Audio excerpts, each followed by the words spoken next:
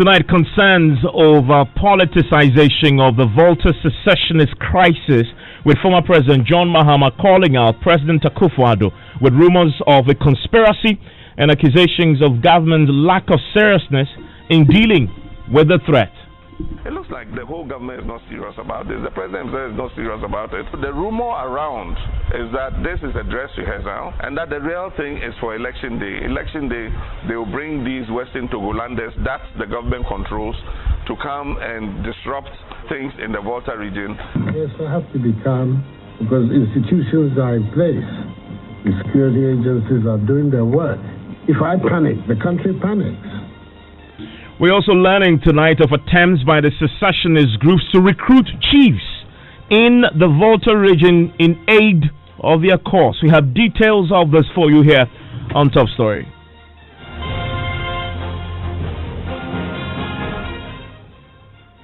This is Top Story with Evans Mensah.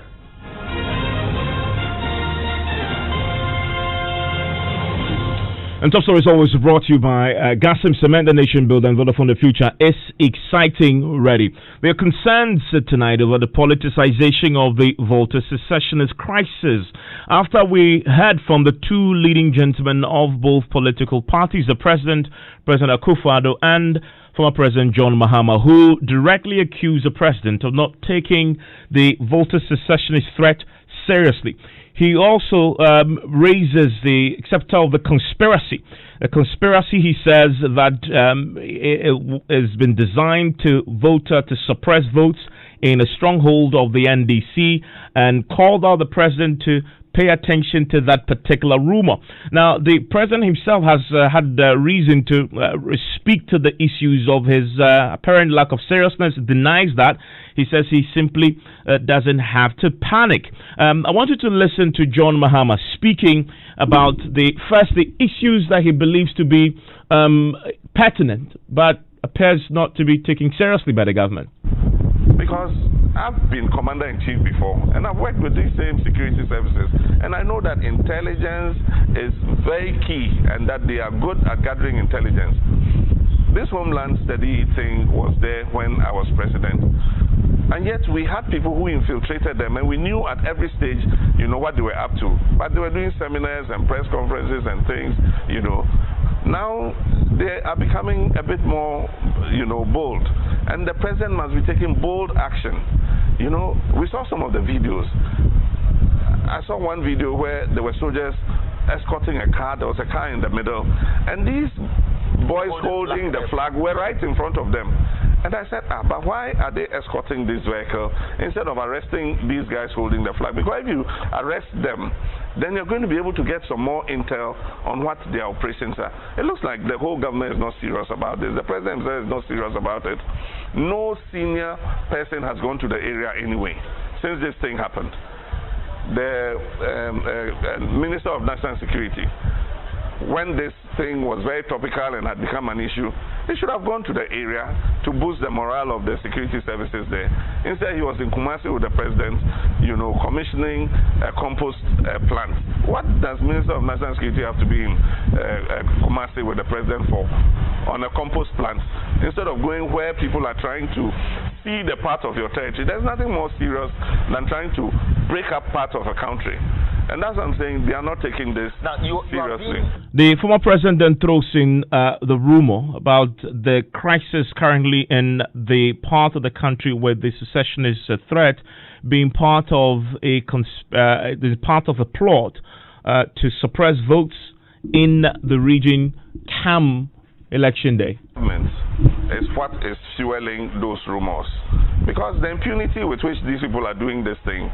I mean, if the government was really serious, I don't think that they'll be able to have a field day like they're having. And so the rumor around is that this is a dress rehearsal.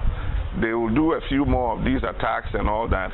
And that the real thing is for election day. Election day, they will bring these Western Togolanders that the government controls to come and disrupt, things in the Volta region, and they'll blame it on secessionists. That's the rumor going around.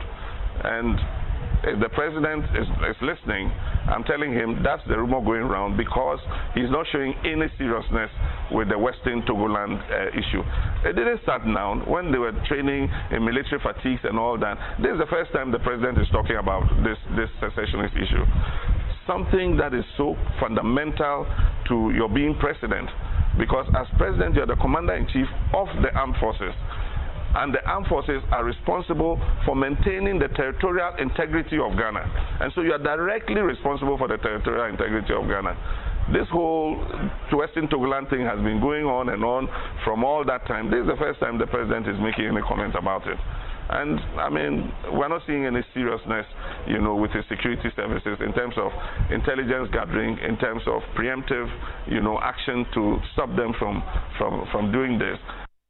Well, President Akufo-Addo, has also been speaking about it, dismissing assertions that he hasn't taken or is not taking the threat seriously. He says he doesn't want to panic and that he trusts the security agencies to handle the situation. He says the threat will be dealt with. Yes, I have to be calm because institutions are in place. The security agencies are doing their work. They've started already and you will see results. If I panic, the country panics.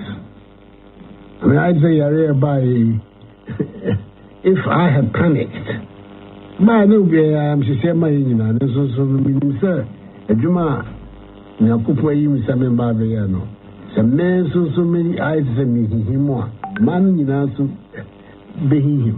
that is not the purpose of leadership. I'm supposed to assure people that our country will work. Yeah, of course, for voter reasons, in the time of these handful, there's just a handful of people, these secessionists. We will deal with it. I have no doubt about it. But there's no value for the country if I start making hysterical statements and acting. No, because BBR it's not so much that you can sleep and be complacent or sick, but at least you can be steady about what is coming. And I trust the security agencies, I trust the armed forces, I trust the police, I trust their leadership, the intelligence agencies. I know they're all working very, very, very hard to make sure that this matter is dealt with as quickly as possible. People reporting to me wherever I am, I'm getting the reports on a daily basis telling me what's going on. How Friday is sorry, notwithstanding police So how come after Friday we still had another attack at the FCC terminal in Ho? Mr. Bede, but always by the time I say no maybe. Yeah, no, because there's always the element of surprise. You can never do anything about it. That's why there are terrorist outrages. How come 9/11? The element of surprise is there at the beginning for all terrorist groups. The element of surprise, but after a time, when the system is working, you're no longer going to be surprised. So this they've done once or twice. Third, fourth, fifth time, it's not going to be so easy. Or somehow or rather, I'm feeling complacent about this. On the contrary.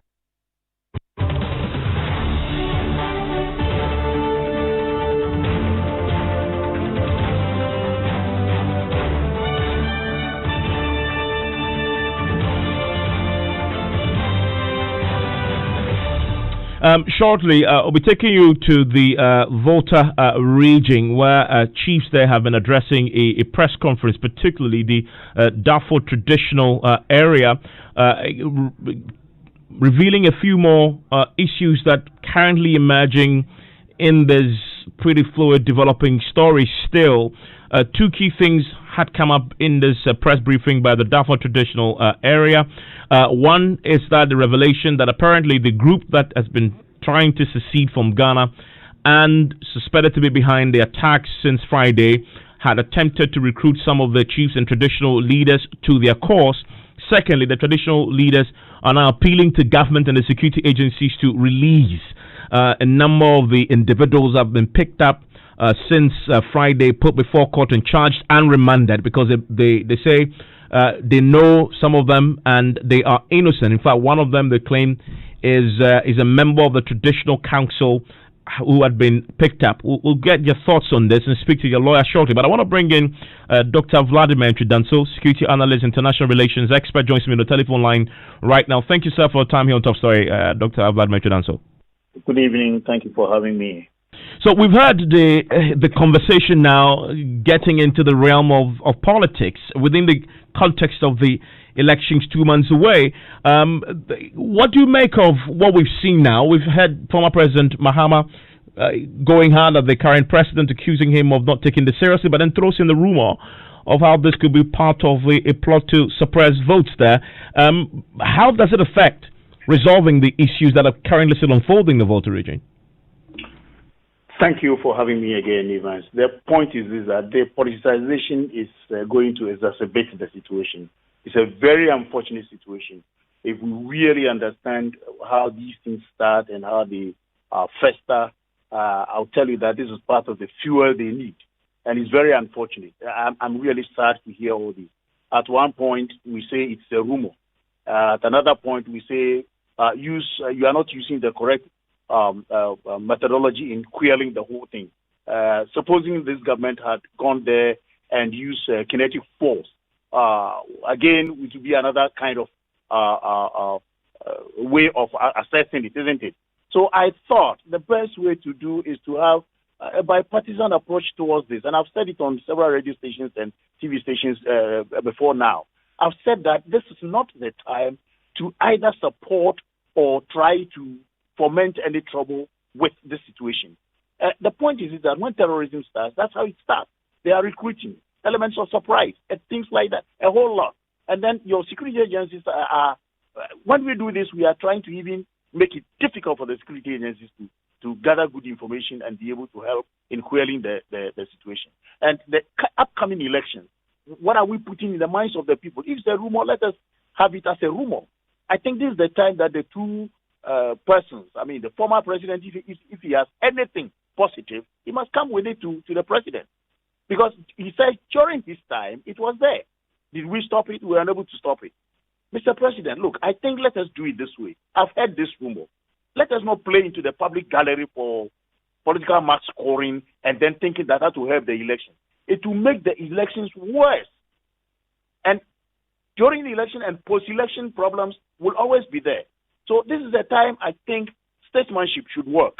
I don't believe, I don't care who speaks, but please, when you are speaking, let us know that when we put in the minds of the people some poison about the whole thing, because if it is a rumor, let it remain a rumor. If it is a rumor and there is a speck of truth in it, let us help the security agencies gather the information.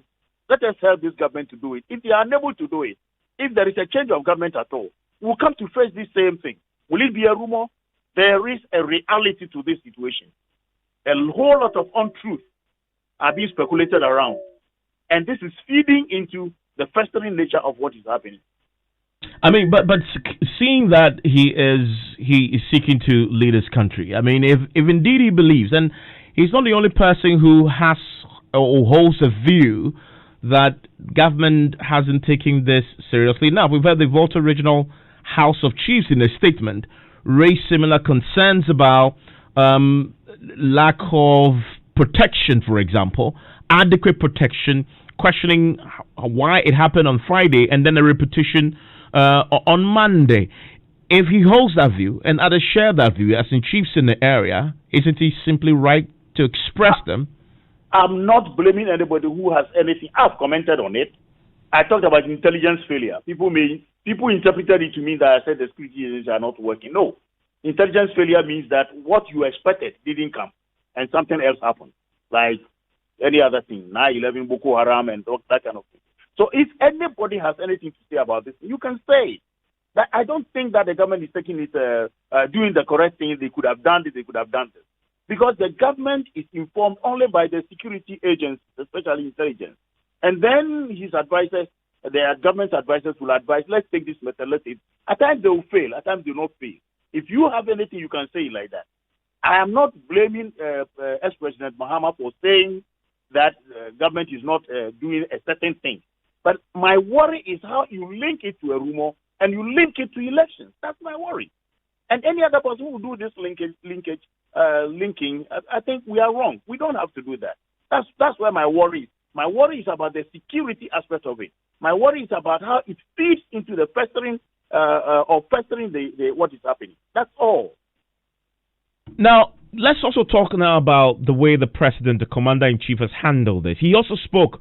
We've heard him for the first time speak about this. Of course, he responds to the accusation and suggestion that he's not taking this seriously. He says he doesn't want to panic because if he does, it will set off a chain of events as a leader, and that he simply trusts the security agencies to handle the matter.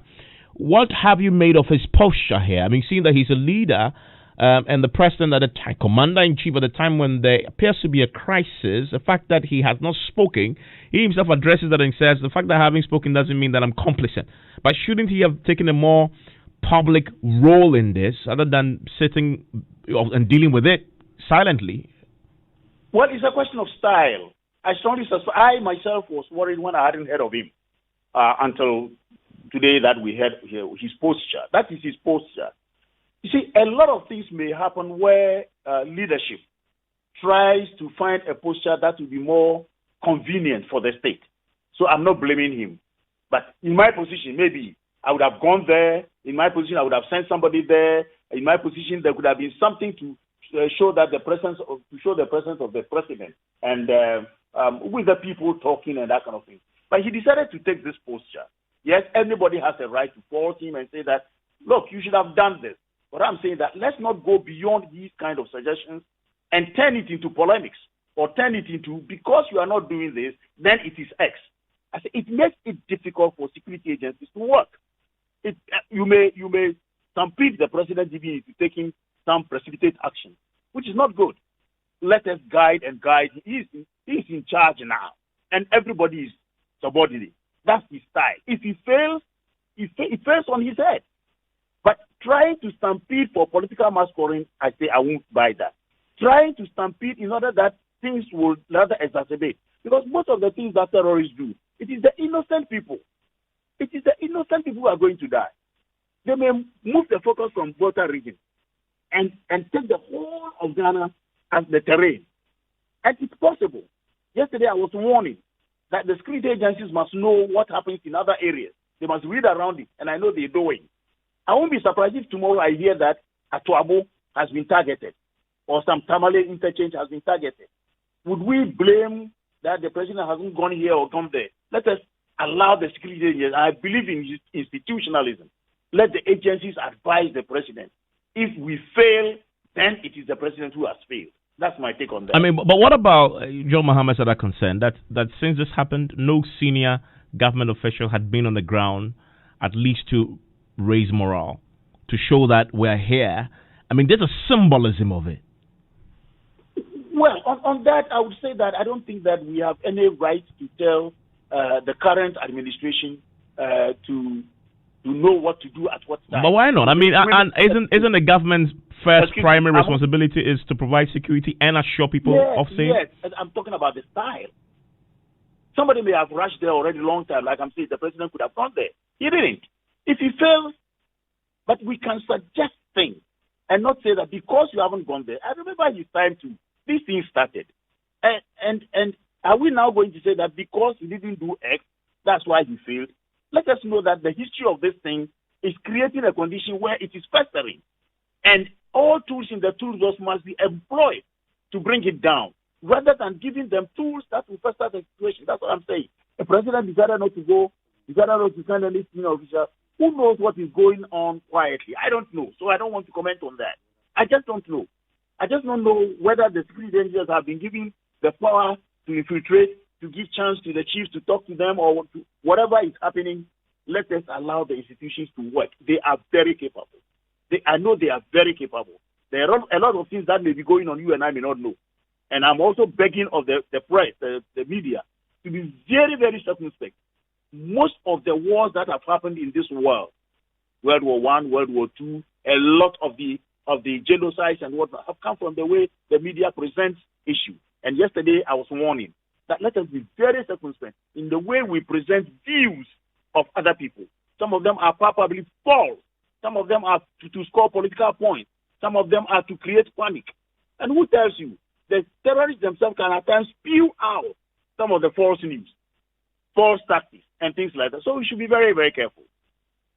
Dr. Vladimir Chudan, so thank you very much for your time here on Top Story. Well, today we're also learning that the secessionist group have actually made attempts to recruit chiefs and members of the traditional councils in the Volta region. We're hearing from the Darfur traditional area. They've been holding a press conference today on the unfolding issue. Some of the subjects in Japan, Norton particularly, were a subject of the attacks that we've seen in the last few days. The Manklalo of Darfur traditional area, Togbe Agbohla, has been addressing a news conference. Security agents are to beef up their security intelligence on the ground in order to apprehend anybody who's trying to orchestrate the same act again. Because right now we are not happy in Japan and we are not safe. We are being disturbed and some of our youth and children are now in police custody, suffering, which we know very well they are not associated with this thing. Thank you. What's your message to government? To say that we know something about this Western Togo or this separatist group movement, I will not be able to say, because Japan is a cosmopolitan city, comprises by all walk of life. Everybody is here. But the point is, even I myself, I was approached by this group before, but I tendered their invitation on several occasions. I understand they even came to the area to hold meeting, but it doesn't hold because we did not agree to them. So I understand they extended it to other areas, as you all know now. But well, they also appealed to the state and the security agencies to release some of the suspects picked up since the incidents of last Friday and, of course, this Monday, because they know them to be innocent, but also at least one of them is a member of the traditional council there. None of my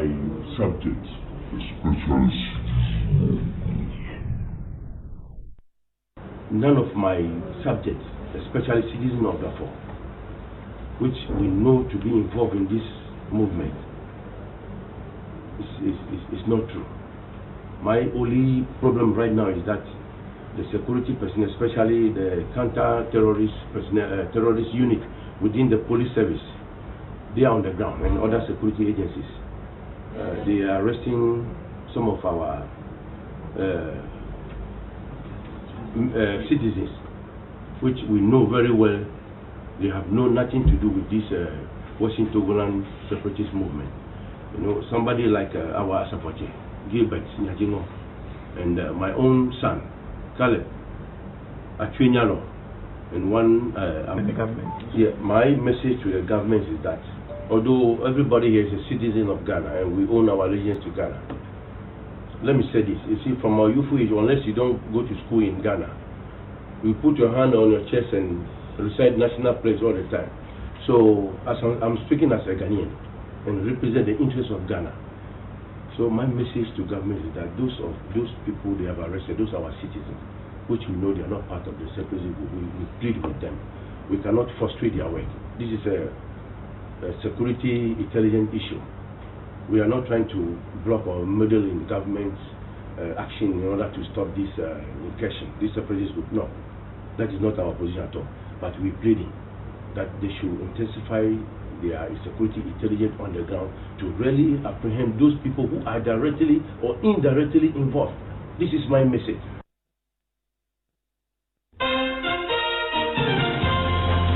Well, on the telephone line with me right now is Theophilus Donko. He's lawyer for the suspects who are currently, they were remanded into BNI custody. Thank you very much, Theophilus, for your time here on Top Story. So, just clarify your plans. Are they still in the BNI custody, or they've been moved into the custody of the police? Good evening, Evans, and good evening to your cherished listeners. My clients are currently in the custody of the BNI, where I've had the opportunity to meet them once. They are Some of them are in high spirits. Some of them too are worried because they are in custody and did not get the best of treatment they would have loved if they were outside the four corners of the BNI custody. So all of them are doing well. All that they are asking is that I work hard to secure their release from police custody. I see the court order, and they were giving some special dispensation, access to family, access yourself, etc. Has this been complied with? Tomorrow, largely the police have complied with the orders of the court. But the family, we have arranged that tomorrow at 12 noon, the family members who are ready to see their relatives who are in custody, the police have arranged with the police. We are meeting them so that they can meet and interact with them. Because some are not sure that the family members, some are not sure where their relatives are, but I've assured them that they are well. So tomorrow, they will have access to their relationships who are in custody. It doesn't mean that things were remanded. I think a few days back, was it Monday? Monday. They were remanded on Monday. But you have had the opportunity to meet them, correct? I have had the opportunity to meet them. But this was the first time they'll be seeing relatives. That is so. Okay. I mean, and you say they are in good spirits. Some of them are in high spirits. They are cheerful. They are telling me that, lawyer, we know you are working for us. We know we are innocent. Some of them too are down. They were crying and telling me that I should work hard for them to secure their release. Well, thanks for the update. That's Theophilus Donko that represents the 31 individuals picked up so far in connection with the riots, because they've been charged with rioting, by the way, with offensive weapons in the Volta region, suspected to be part of the secessionist group. As you heard there, the traditional authorities there, including the last time the Volta Regional House of Chiefs and the Member of Parliament, are appealing that the security agencies, sift the bunch and release those they believe to be innocent. On top story shortly here on Newsnight, we have the very latest for you from the campaign trail as both men campaign across the country, both the president and John Mahama. They've been crisscrossing the country. We'll bring you the latest on that. Ghana's National Disaster Management Organization is also tonight in a state of hopelessness as more communities up north have been submerged, leaving over 700 residents displaced following hours of torrential rains last night. We have the very latest on that also. Stay with us.